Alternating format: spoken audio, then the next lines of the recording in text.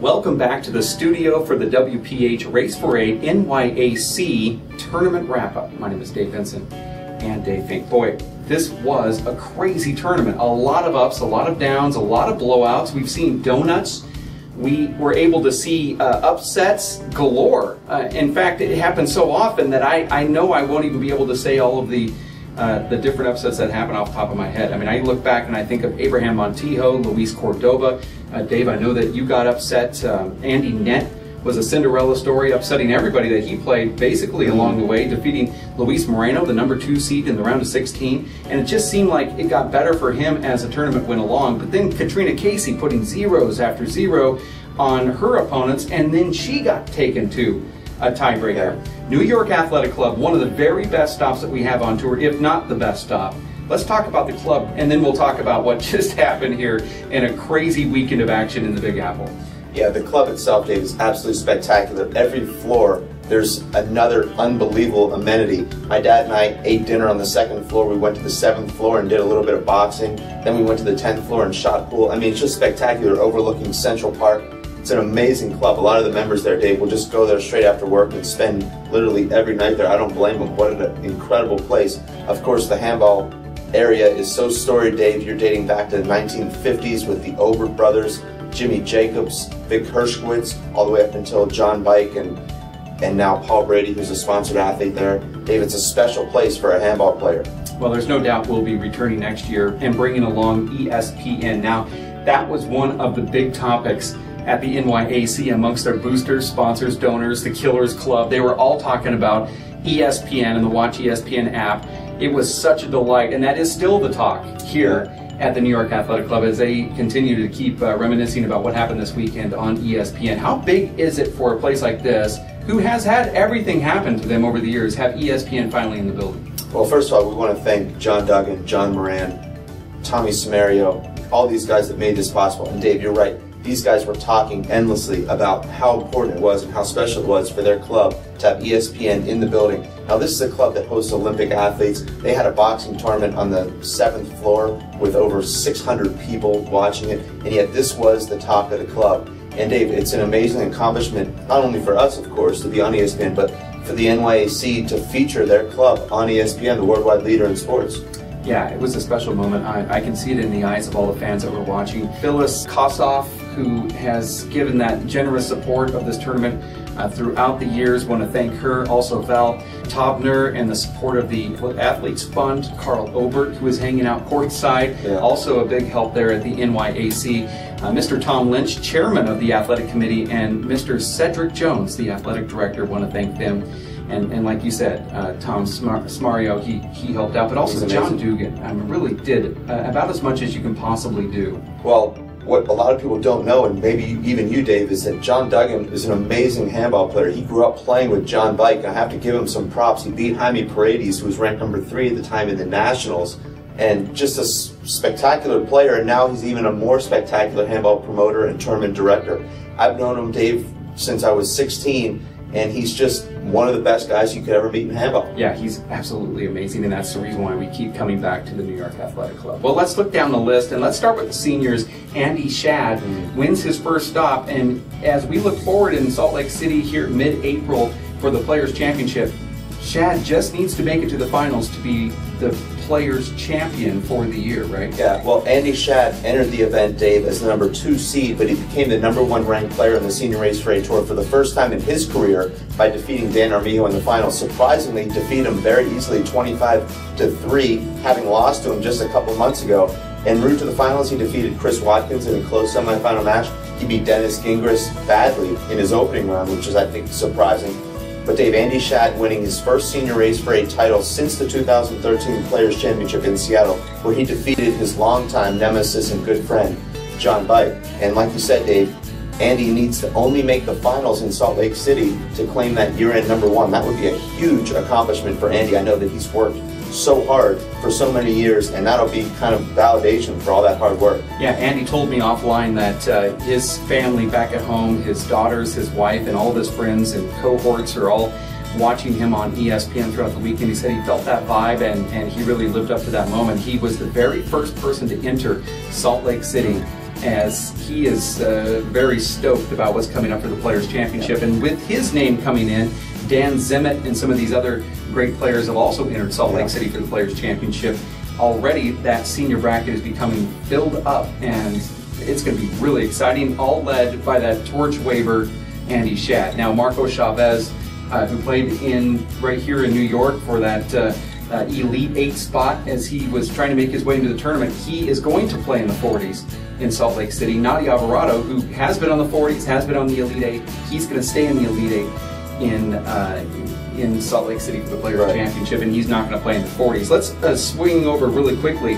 The women's bracket had a lot of weird stuff. Normally if you see a lot of zeros and ones put on to players, you wouldn't be talking about it later very much, but Katrina Casey did about everything you can possibly do other than lose. She is obviously the most dominant player in all of handball, even said so by Paul Brady. And she comes in here, she's putting zeros on former national champions. Some players are only scoring 1, and then all of a sudden, Sienna Shireen comes along and takes her to a tiebreaker. Well, Dave, Katrina Casey going into the semifinals in New York, dating back to her semifinal win in San Francisco, had scored 76 straight points. That's 76-0 against some of the top women players in the world. She faced Aoife McCarthy in the semifinals, who's a good friend of hers. They've lived together over the summer. Aoife jumps out to a 6-1 lead, playing some really good handball. Katrina turns the table. She wins 29 of the last 30 points of that match, books her spot in the finals, where she faces Sienna, Dave, who defeated Martina McMahon, who's one of the most aesthetically beautiful players I've ever seen with the swings and the smoothness. Sienna gets into that final. I don't know if she was nervous, Dave, or maybe just being outplayed. She's down 15-1, 7-1, and it seems like just another Katrina Casey route. Sienna scores 11 straight points to take a 12-7 lead, holds on in that second game to win 15-12, and now you're thinking, Dave, what's going to happen now? Katrina's never been to a tiebreaker in 19 career women's race for 8 matches. But Katrina regrouped. She showed the poise of a champion, Dave. She just put the ball in the backcourt consistently, forced Sienna to hit with her back, literally touching the back wall on almost every shot. Sienna makes 8 errors in the tiebreaker. Katrina opens up her game late and takes over, wins that tiebreaker 15-6. That was her 6th women's race for 8 title in 6 women's race for 8 starts. So clearly the undisputed #1, Dave. She's locked up the Player of the Year. But you can be assured that she's not going to be satisfied with that. She'll go to Salt Lake City wanting to win and wanting to improve on her performance in New York. Yeah, okay, so she's going to enter Salt Lake City. We already know that. She's already in. But she also entered the men's qualifier again. So even after what I thought was a near miss, kind of a scare that possibly doing all that 2 bounce in the backcourt, running around the city, playing and dominating your bracket early, playing in that qualifier, and all the distraction of really that tight confined space here kind of could have gotten to her, but no. She just went right out and said, you know what, I'm entering the men's qualifier at the Players' Championship. Well, I think every player deals with the pressure differently. Some players just retreat right to their hotel rooms and they just lie down and they put their headphones on and they get in their zone.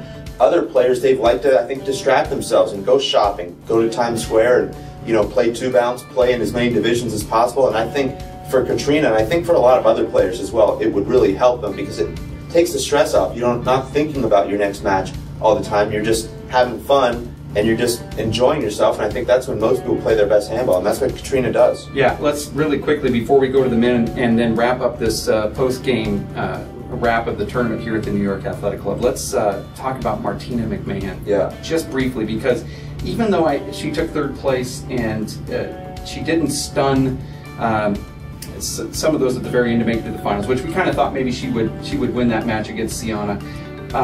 She was quite impressive. And Dave, as I watch her courtside, I think this could be the future of women's handball. Somebody that at least could be a rival to Katrina Casey. Were you impressed that when she went up with her left hand against another lefty, Danielle Daskalakis, that it was a win for her, since it was the first time we've seen her? Well, Dave, being a lefty myself, I love to watch other left-handers play. I've never seen a lefty as smooth as Martina. I mean, it's just absolutely effortless. Effortless power, easy power, the shot making with both hands from anywhere on the court. She had 21 kill shots in her 3rd place match. That was a 1-game match of 25. Think about that, Dave. 21 kill shots against just 3 errors.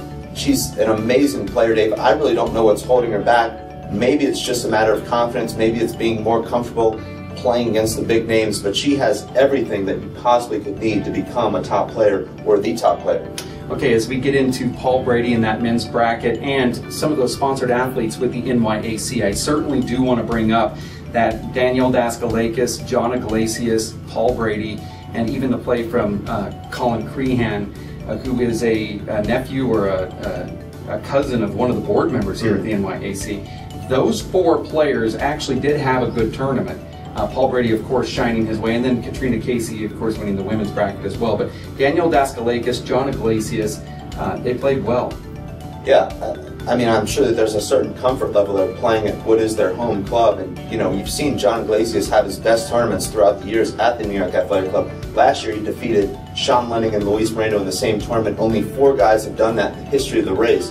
John Iglesias being one of them last year. This year, he takes 6th place. Obviously, didn't go as well as he would have liked in the quarterfinals against Sean Lenning, but he bounced back and took 6th place. Paul Brady, Dave, what can you say? I mean, 5 race for 8 4 starts this year, 5 victories, outscores his 4 opponents in New York, 120-32, and it really wasn't even that close. He put a donut on Andy Nett in the finals. He could have given probably every player he played a donut in at least 1 game. The guy, I think, continues to improve. I mean, I saw him 3 or 4 years ago and thought, well, you know, he's approaching his mid-30s now. At the very least, you know, maybe he drops just a little bit. I think he's getting better. I think he's playing the best handball I've ever seen him play. He's added new shots. He seems like he has more power. And as some people may talk about the intimidation factor, I don't see that. I just see a much better player than everyone else. I don't see anyone going in there and feeling like they can't win. I think guys feel like they're relishing the challenge and they just can't do anything about it. He's just too good. And then Danielle Daskalakis, she took 3rd in San Francisco, just a stop prior to the New York Athletic Club. She took 5th here, and she was immediately saying, I need to play better, and I'm going to play better at the Players Championship in Salt Lake City. She entered there as well, and she's looking forward now. Tracy Davis, who's also a sponsored athlete with the NYAC, entered very quickly, and she's also in Salt Lake. And she said that she's going to go out there and try to give Katrina Fitz or whomever she comes up against, and so that's going to be fun as well. And then that young Colin Crehan, who came into the qualifier, defeated 2 really good names, to include Abraham Montijo, then goes into U, takes down that round of 16. I know that's a little rough to hear. And then he plays well. He gets beat by Andy Nett, who's a Cinderella story. What can you say about Colin Crehan? He really just kind of popped out of nowhere. I looked around and couldn't find any results in America. I don't know where he's even played. No junior nationals that I could find for the last couple of years. Who is it a ghost? Who is this kid? Well, Colin Crehan, I think, is a slow starter, but when the game gets close, he seems to just thrive. I mean, he lost the first game in the round of 16 to me in just 3 minutes. He comes back in like it never even happened, takes a 12-4 lead in game number 2, and from there, he was just playing great handball. He's got 2 really nice hands. He's got a nice, sneaky, good serve. He's got the ability to end the rallies from anywhere on the court with both hands, and he's clutch. I mean, you win the first 4 games he won in New York, Dave. In fact, the only 4 games he won were all by 2 points. He defeats Billy O'Donnell and Abe Montijo 25-23. It's win by 2, so that's as close as it can be. He defeated me 17-15 after holding off a match point, and then 15-13 in the 3rd game. So he's finding a way to win close games, and that's the difference between having great tournaments and not being able to sleep for 2 months. Yeah, there's a lot of levels of sort of headlines here in New York. One of them, Martina McMahon, and then it kind of morphed into Sienna Tureen being a headline, and then of course the zeros and the ones, and then the tiebreaker for Katrina Casey.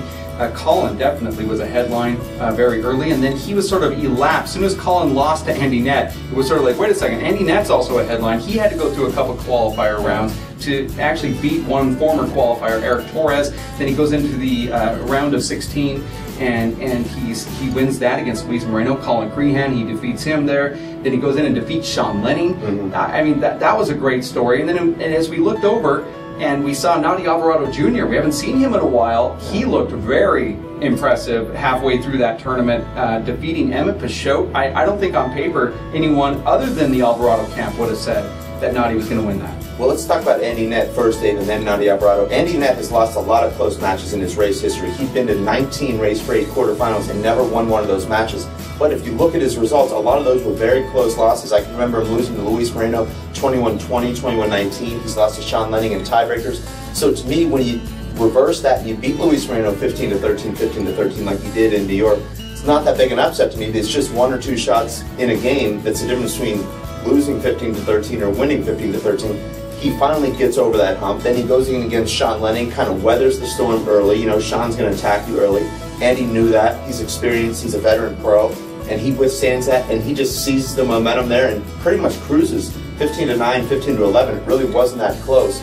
So, Dave, Andy Nett is the kind of guy that now he's over the hump. If he starts coming back to the tour, which I think he will, he's the guy that you could see get into that top 5 and maybe even make some more finals. Nadi Alvarado, Dave, I heard word from his camp that he was playing good handball in Hesperia Lake before entering New York, and that proved to be true. He's looked unbelievably good. He said, you know, I've added some new dimensions to my game since I've last played the tour. I feel better. He was passing in the court a lot by himself, and it showed. He made some shots against Emmett that were just unbelievable.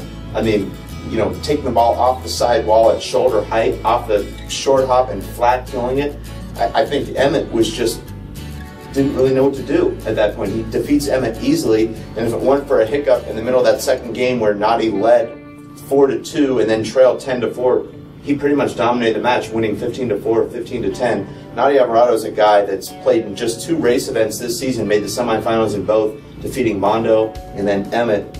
He'll likely play Luis Moreno if they both win their opening round matches in Salt Lake City. And that, Dave, despite how badly Luis has beat him the last 3 times they played, is a toss-up match based on how Luis is playing and how Nadi's playing. That's if Luis advances out of that first round. Yeah. He didn't advance out of the first round in New York. One guy that did, though, and he did it very impressively, Sean Lennon. I mean, Sean Lennon looked as good as Paul Brady, tit for tat, all the way down the bracket as we were scanning down, and just, you know, you get that sense of feeling when you look at the name, you go, wow, that was a quick match right there. 26 minutes, including all timeouts and glove changes. Sean Lennon goes through another victim.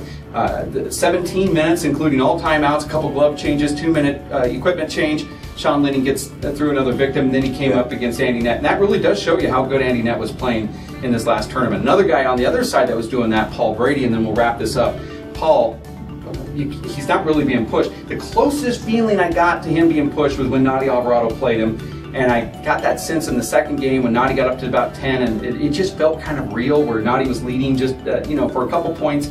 I go, you know, I remember this in 2005. I remember this in 2006, but it just didn't happen. Well, you know, Nadi lost the first game 15-2 quickly. Didn't look good. Said after the match that, you know, he just couldn't get the timing. The ball was moving so fast. Nadi jumps out to a 7-1 lead in game number 2, which I think was a combination of Nadi playing a little bit better, but Paul having one of those lulls. And Paul is human, barely, and he does seem to have these moments where, you know, he makes some mistakes.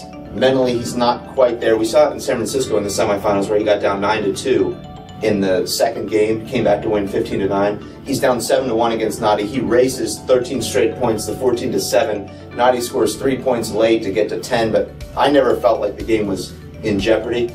But Dave, you know, against Paul Brady, you have to do it for the entire match. You can't just put together one good 7-point run and think that's going to carry the day or even carry one game, because Paul Brady is going to fight you for every point. And he's fit, he's focused, and he's got the shots. So the only way to beat him is to match that intensity with the shot making and the fitness. And Dave, it's rare to see Paul Brady going through his warm-ups before his matches, but we were in such a small space here in New York that Paul Brady actually had to warm up in our broadcast booth, which was the adjacent double squash court. And Dave, he was just doing some incredible things. I mean, lunges and crab walks, and I don't even know the words for them, but I know that most people couldn't do them, and this was just his warm-up. We got to see just a brief sort of introduction to what he goes through, and of course, we saw that video on Trans World Sport, which shows a little bit more of what he does. The guy's a world-class athlete. He's a $100 million a year athlete. Yeah, and he's sponsored by the New York Athletic Club. And the brass, the folks that I've talked to around the club over this amazing weekend, they've all been saying that we are so happy to have literally the best athlete on the planet. And, and I actually believe that he is. And you're right, we did get to see some of what Paul does, and it is unbelievable. I don't even know if there's another word that can explain it. It was nasty, but not in the nasty way, but in just if that's what it takes to be number one, somebody better start, you know, going to the library and start learning some of those terms, because that is pretty amazing. You have to admit it. Hopefully we have some video that we can show you. Dave, that's going to wrap up this amazing weekend. I want to thank Linda Manning Chris Garrad, Jeff Kastner, Gene Cosimoto, Lolita DeVincent. I'm sure I'm missing somebody. Well, let's also recognize, Dave, our tournament referees, Abraham Montillo, Luis Cordova, who kept the show running perfectly. Katrina Casey, Eva McCarthy, who ran our tournament desk. We had a lot of great help this week, and it really did make a big difference. I mean, we had 6 divisions on 3 courts, and everything ran perfectly. Yeah, no, it was a very well-ran tournament. New York Athletic Club staff did what they always do, and that is that they take care of everything. Even though, kind of a little hiccup on my part, thinking that you know, that we need to micromanage. They should be. You have to micromanage? No, not me. No. But those guys know how to run their deal, and we want to thank them. Certainly extend our congratulations to what they've done at the tournament desk. Dave, go ahead. Well, Dave, just as an example, on Thursday night we needed a couple of banquet tables brought up to the broadcast room. I don't even know how you could bring them up there because that elevator is, what, about 2 feet by 5 feet? But within 5 minutes they had 8 foot wide and 8 foot long tables up in the broadcast booth, all dressed and all ready. And that's just how things work at the New York Athletic Club. Really, you know, we travel the whole world so we can see how this is done. And I was really, really impressed with having guys in full suits come up and hand you a table with table dressing and all that stuff. I want to thank John Dugan and his staff for doing an amazing job in New York. As we look forward to Salt Lake City and the Players' Championship at the Sports Barn in Murray, Utah. That one is also going to be a lot of fun. That's going to be April 17th, 18th, and 19th. There's going to be a qualifier Friday morning at 9 o'clock. And then in the afternoon, they're going to have the senior players start and the women start. And then the round of 16 at 2 o'clock in the afternoon for the pro men. The invites have all been set. Luis Moreno, Paul Brady, once again. Dave, you will be there. Dave Fink, Sean Linning, Emmett Pachot, Nadia Alvarado. We'll have Danny Cordova. And there might be another name that I'm missing here, but I think I got them all. A lot of people have asked me what the format is of the Players' Championship, because we've done different things every year, which I think is really cool. We had a round robin where we split 4 guys into 2 groups of 4. We had the reverse blind draw last year, which was also really exciting. This year we're going straight by the numbers, Dave. So we're going, the highest ranked qualifier will play the 8th ranked player in the draw. So if Stephen Cooney, who's the highest ranked qualifier, wins his qualifier, he'll play Daniel Cordova, and that'll be for a season-ending top 8 ranking, the winner of that match. They played a match in New York for 9th place to determine who would be invited to Salt Lake City.